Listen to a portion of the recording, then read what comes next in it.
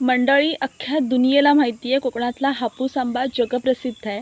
पण आम्हा कोकणकरांना जेवढा हापूस आंबा आवडतो तेवढाच रायवळी आंबासुद्धा आवडतो. आणि माझ्या घराच्या समोर ना इथे आमच्या रायवळी आंब्याचं एक भलं मोठं झाड आहे. आणि त्या रायवळी आंब्याचे आंबे आता पिकायला लागलेत. छोटूसेच आहेत ते आंबे.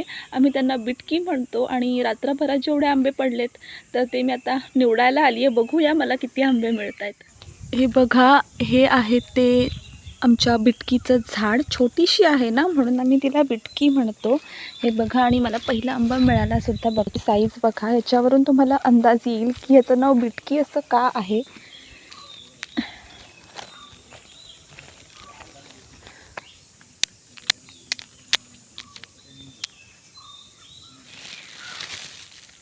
हे पहा, मला हे एवढे आंबे मिळालेत.